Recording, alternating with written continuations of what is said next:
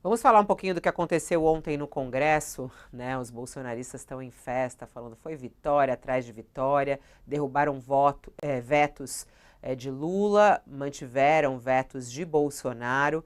Alguns dizem que a articulação do governo tá ruim, né? Outros dizem que não tem muito o que fazer com esse Congresso. Como é que você analisa o que aconteceu ontem no Congresso brasileiro, ô Mônica? E qual foi a maior derrota do governo Lula ontem? Foram várias as derrotas, né? Agora, eu acho que assim, a gente falar que é uma derrota do Lula, na verdade, eu acho que quando você tem uma deputada federal como a Maria do Rosário, o Fabiola, votando contra o Lula, né? E votando a favor do fim do direito dos presos visitarem suas famílias, você vê que não estava ali em jogo Lula ou Bolsonaro, né? Não estava ali em jogo uma política pública do governo Lula. O que estava ali sendo discutido, e também no caso das fake news, era uma visão de mundo que de endurecimento, né? Estou pegando o caso das saidinhas, no tratamento de presos, que é uma visão que a gente pode dizer que alguns definem como populista, né? Porque ela não é técnica, ela vai na emoção das massas. Isso aí o Aécio Neves surpreendentemente votou com o Lula, vamos dizer, mas você não pode dizer que o Aécio votou com o Lula. O Aécio é um ex-governador que pontuou, na minha visão, pontuou muito bem pontuado. Ele fala: eu sou um ex-governador de estado. Eu convivi com o sistema prisional e eu sei como é importante a ressocialização dos presos. E como o direito de visitar as suas famílias, presos que já estão no semiaberto, presos que em breve voltarão ao convívio social, querendo ou não as pessoas, eles já cumpriram as suas penas e eles vão votar, tem que fazer essa transição. Tem que fazer essa ressocialização aos poucos. Então, ele fala: essa questão da saidinha, ela vai piorar a situação no sistema prisional, que já é uma panela de pressão. E ele fala: eu, como governador, tenho que votar com a razão, como ex-governador, tendo essa visão, nós temos que votar com a razão. E a gente vê que ali se votou muito com essa, vamos dizer, emoção eleitoral, vamos dizer assim, né? Você vê uma pessoa como a Maria do Rosário votando contra o direito dos presos de visitarem sua família, preso de bom comportamento, preso que vai visitar a família em feriados, e no geral em feriados religiosos, né? Páscoa, Natal, finados, né?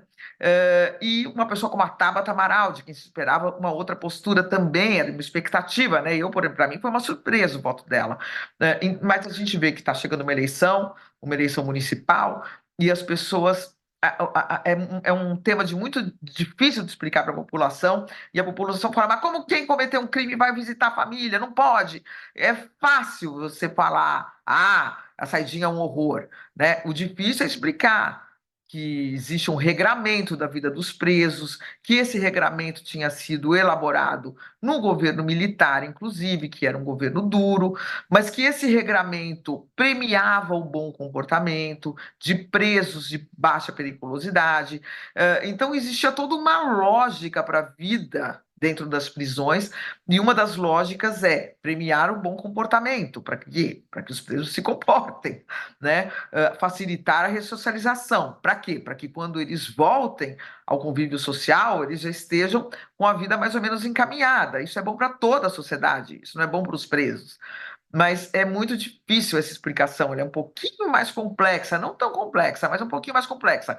E numa campanha eleitoral, a racionalidade acaba atropelada. Então, a gente viu aí essa confusão, né, de petista votando com bolsonarista, né? Um socialista, que em tese é a Tabata, votando com bolsonarista nesse tema. Então, ficou, eu não diria que é uma derrota pessoal do Lula, do governo Lula, né? Metade do governo Lula não queria esse veto, achava que ele nem deveria ter vetado essa questão, porque já era uma derrota certa. Então já era uma derrota esperada nessa questão. E nas fake news eu acho que também já era uma derrota certa, Fabiola. Mas aí que tá, Mônica, você acha que houve uma falta de articulação, quer dizer, não houve articulação? Muitos têm se falado a respeito do papel do Randolph, ou não, realmente não tem muito o que fazer em relação a esses pontos, porque você diz, não é uma derrota do Lula, né? É entender o Congresso como ele é e também o que está por trás desse jogo político, eleições municipais, cada um querendo defender o seu, e com esses objetivos. Randolph poderia fazer mais? Como é que você vê o papel das lideranças do governo no Congresso, nas articulações? Eu acho que nesses pontos não há o que fazer, né? Você tem um clamor popular, vamos dizer, né, contra essas saidinhas. Você faz um tweet minimamente racional, Fabiola, nas redes, explicando o que que é. Só de falar saidinha já é um termo pejorativo, né? Mas você tentar explicar o quanto você é xingado, porque as pessoas realmente não entendem que isso é um benefício para preso, um privilégio para preso, quando não tem nada a ver com isso. Então eu acho que é difícil se contrapor a essa onda, porque essa onda tem reflexos eleitorais e os políticos que são candidatos não querem pagar para ver, né? Então era muito difícil se contrapor. Agora, o próprio governo, dentro do governo, tinha pessoas que achavam que o Lula não deveria ter feito esse veto. Quem conseguiu arrancar esse veto a forceps do Lula foi o ministro Ricardo Lewandowski. O ministro Ricardo Lewandowski argumentou para o Lula que o Lula não poderia ter, na biografia dele, algo pior do que a ditadura militar fez.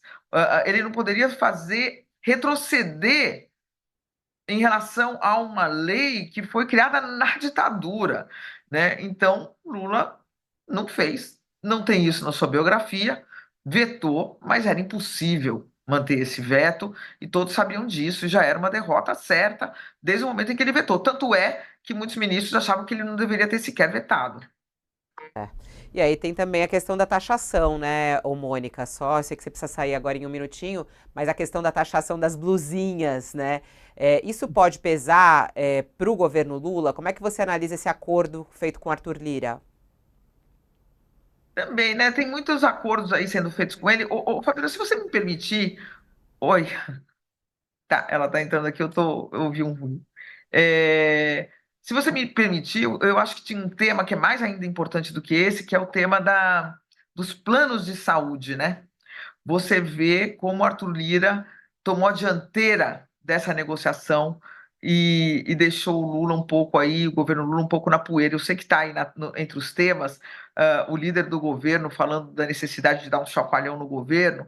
Eu acho que esse exemplo dos planos de saúde talvez seja um bom exemplo, já que estamos falando de Congresso em relação com o Lula, de como o Arthur Lira conseguiu fazer o governo comer poeira, porque o governo não se posiciona claramente em relação a isso, não toma nenhuma iniciativa concreta em relação a esse drama dos planos de saúde para a classe média, e como Arthur Lira se adiantou a isso e conseguiu fazer esse acordo para que fossem suspensos alguns cancelamentos de planos, né? Então, é isso. É isso, o governo aí patinando em muitos temas, né? Não são só derrotas no voto, mas são derrotas simbólicas, né? O governo precisando aí de um chacoalhão, talvez, né, Fabiola? Como você falou, o governo Lula não se mexeu e Arthur Lira tomou a dianteira, fechou esse acordo, né, com os planos de saúde para suspender os cancelamentos, né, principalmente para as crianças com espectro autista, né, e que, inclusive, trouxe aí uma força de Arthur Lira nessas negociações. Rainha, um beijo para você, bom feriado e a gente se encontra por aí. Até! Tchau, Fabiola. Tchau, Thales. Bom programa.